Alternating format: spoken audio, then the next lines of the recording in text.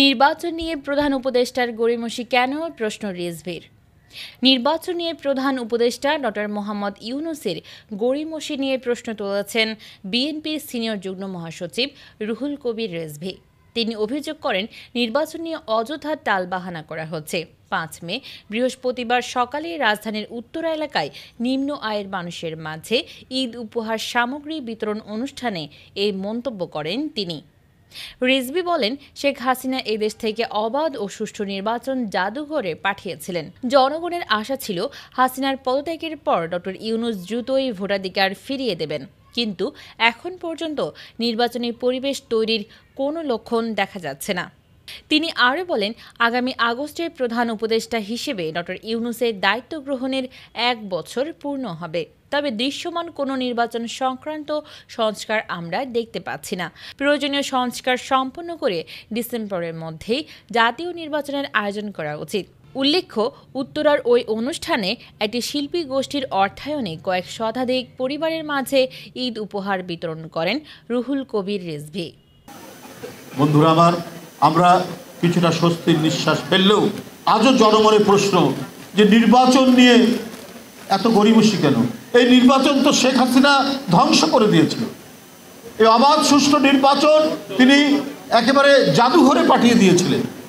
তো সুতরাং জনগণের প্রত্যাশা ডক্টর ইউনূস সাহেব তিনি প্রয়োজনীয় যে সংস্কারগুলো করা দরকার সেগুলো করে নির্বাচন দেবেন।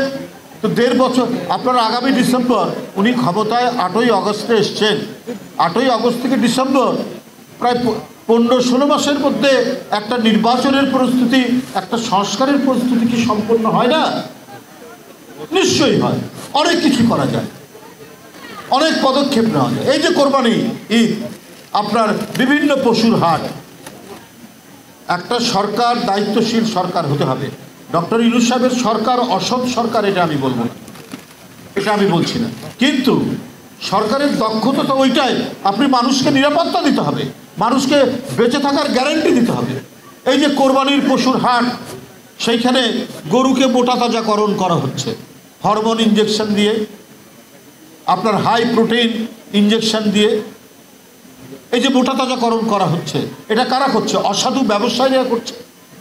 তো এদেরকে ধরাতে হচ্ছে সরকারের প্রশাসনের কাজ, যে খামোখা একটা গরুকে মোটা করে বেশি দামে বিক্রি করালে পরে এটা মানুষের, এই গরুর মাংস মানুষ খাবে, কোরবানি ঈদে মানুষ জবাই করবে, তাহলে এটা খেলে যে তার একটা শারীরিক বিপদ হবে, সে যে অসুস্থ হবে, এটা তো আজকে যারা এই বিষয়ে জানেন, গবেষক এবং পদক্ষেপ নিচ্ছেন।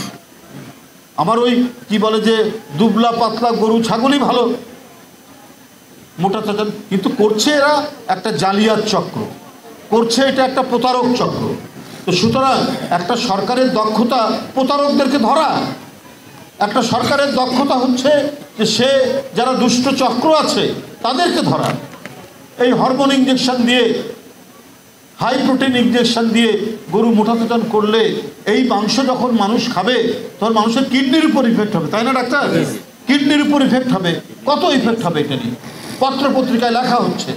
কিন্তু সরকার তো কোরবানির হাটগুলোতে ইন্টারফেয়ার করে, ইন্টারভেনশন করে আপনার তাদেরকে ধরতে পারে, যাতে আমাদের দেশের নাগরিকরা সুস্থভাবে বেঁচে থাকতে পারে। এটাই সরকারের দায়িত্ব। ডক্টর ইউনূস সাহেবের সরকার, অন্তর্বর্তীকালীন সরকার এই সমস্ত দৃষ্টান্তগুলো নিতে পারলেই, এই দৃষ্টান্তগুলো তৈরি করতে পারলেই তখনই তো এটা সুনাম হবে যে না, আমরা 15 বছর শেখ হাসিনার মতো একটা দুর্বৃত্ত, রক্ত পিপাসু একটা দানবের বিরুদ্ধে লড়াই করেছি, একটা ভালো দেশ, একটা সুস্থ দেশ, একটা শান্তিময় দেশ প্রতিষ্ঠা করার জন্য। তো সেইটাই আমাদের লক্ষ্য হওয়া উচিত। যাই হোক, আমি আর বক্তব্য দীর্ঘায়িত করবো না, আমার কর্মসূচি আছে। আপনাদের সকলকে ধন্যবাদ জানাচ্ছি। আজকের এই উদ্যোক্তা যারা, কপিল ভাই সহ এখানে